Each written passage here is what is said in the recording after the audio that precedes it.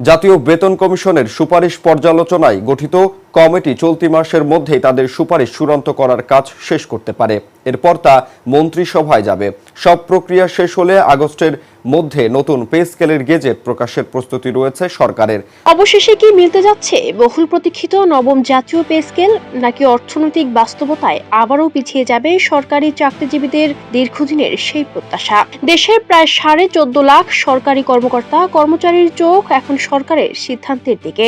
কারণ মূল্যস্ফীতি, জীবনযাত্রার ব্যয় বৃদ্ধি এবং দীর্ঘ এক দশক নতুন পে স্কেল না হওয়ায় নতুন বেতন কাঠামোর দাবি আরও জোরালো হয়েছে।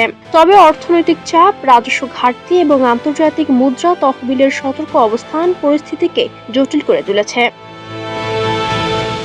সংশ্লিষ্ট সূত্রগুলো জানিয়েছে, সরকার এখন একেবারে পুরো বেতন ভাতা বৃদ্ধি না করে ধাপে ধাপে নবম জাতীয় পে স্কেল বাস্তবায়নের পরিকল্পনা বিবেচনা করছে। আলোচনায় রয়েছে, প্রথম ধাপে সরকারি কর্মকর্তা কর্মচারীদের মূল বেতন বা বেসিক বৃদ্ধি করা হবে। এরপর দ্বিতীয় ধাপে বাড়ি ভাড়া, চিকিৎসা, যাতায়াত সহ অন্যান্য ভাতার সমন্বয় করা হতে পারে।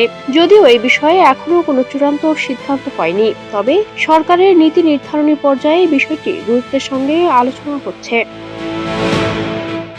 বর্তমান বিধান অনুযায়ী প্রতি 5 বছর পর সরকারি চাকরিজীবীদের বেতন ভাতা পুনর্বিবেচনার কথা থাকলেও গত 10 বছরে নতুন কোনো জাতীয় পে স্কেল ঘোষণা করা হয়নি। ফলে বর্তমান বাজার পরিস্থিতি এবং ক্রমবর্ধমান মূল্যস্ফীতির সঙ্গে তাল মিলিয়ে চলতে সরকারি চাকরিজীবীদের বড় একটি অংশ হিমশিম খাচ্ছেন। তাই নতুন পে স্কেলকে শুধু বেতন বৃদ্ধি নয়, বরং জীবনযাত্রার ব্যয়ের সঙ্গে সামঞ্জস্য আনার একটি গুরুত্বপূর্ণ পদক্ষেপ হিসেবে দেখছেন সংশ্লিষ্টরা।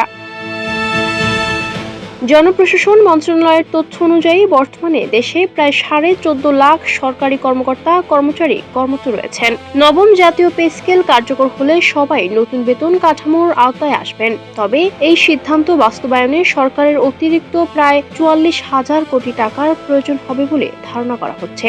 ইতিমধ্যে 2026 থেকে 27 অর্থ বছরের বাজেটে সরকারি কর্মকর্তা কর্মচারীদের বেতন ও ভাতা বাবদ প্রায় 89,836 কোটি টাকা এবং পেনশন ও গ্র্যাচুইটি সহ মোট প্রায় 1,41,434 কোটি টাকা বরাদ্দ রাখা হয়েছে। এরপরও নতুন পে স্কেলের জন্য অতিরিক্ত অর্থের সংস্থান সরকারের জন্য বড় চ্যালেঞ্জ হয়ে দাঁড়িয়েছে। অন্যদিকে আইএমএফ মনে করছে, একসঙ্গে বড় অঙ্কের বেতন বৃদ্ধি বাজারে অতিরিক্ত অর্থ প্রবাহ সৃষ্টি করতে পারে, যা মূল্যস্ফীতি আরও বাড়িয়ে দিতে পারে। একই সঙ্গে প্রত্যাশিত হারে রাজস্ব আদায় না বাড়লে সরকারের ঋণ নির্ভরতা বাড়ার আশঙ্কাও রয়েছে। সব কারণেই সরকার আর্থিক, প্রশাসনিক ও আইনি বিষয়গুলো পর্যালোচনা করে বাস্তবসম্মত একটি পদ্ধতিতে পে স্কেল কার্যকর করার পথ খুঁজছে। এদিকে মন্ত্রিপরিষদ সচিব নাসিমুল গনির নেতৃত্বে গঠিত উচ্চ পর্যায়ের সচিব কমিটি ইতিমধ্যে কমিশনের সুপারিশ ও অষ্টম পে স্কেলের সীমাবদ্ধতা পর্যালোচনা করে একাধিক বৈঠক করেছে। জানা গেছে, আরও কয়েকটি কারিগরি বৈঠকের পর চূড়ান্ত খসড়া মন্ত্রিসভার অনুমোদনের জন্য পাঠানো হবে। সবকিছু পরিকল্পনা অনুযায়ী এগোলে আগামী আগস্টের প্রথম বা দ্বিতীয় সপ্তাহে নবম জাতীয় পে স্কেলের গেজেট প্রকাশ হতে পারে। আর গেজেট প্রকাশে কিছুটা সময় লাগলেও বর্ধিত বেতন 2026 সালের 1 জুলাই থেকেই কার্যকর হিসেবে গণ্য হবে। ফলে সরকারি চাকরিজীবীরা নতুন বেতনের পাশাপাশি একসঙ্গে বকেয়া অর্থ হাতে পেতে পারেন। এখন দেখার বিষয়, অর্থনৈতিক বাস্তবতা সামলে সরকার শেষ পর্যন্ত কবে বহুল প্রতীক্ষিত নবম জাতীয় পে স্কেলের আনুষ্ঠানিক ঘোষণা দেয়।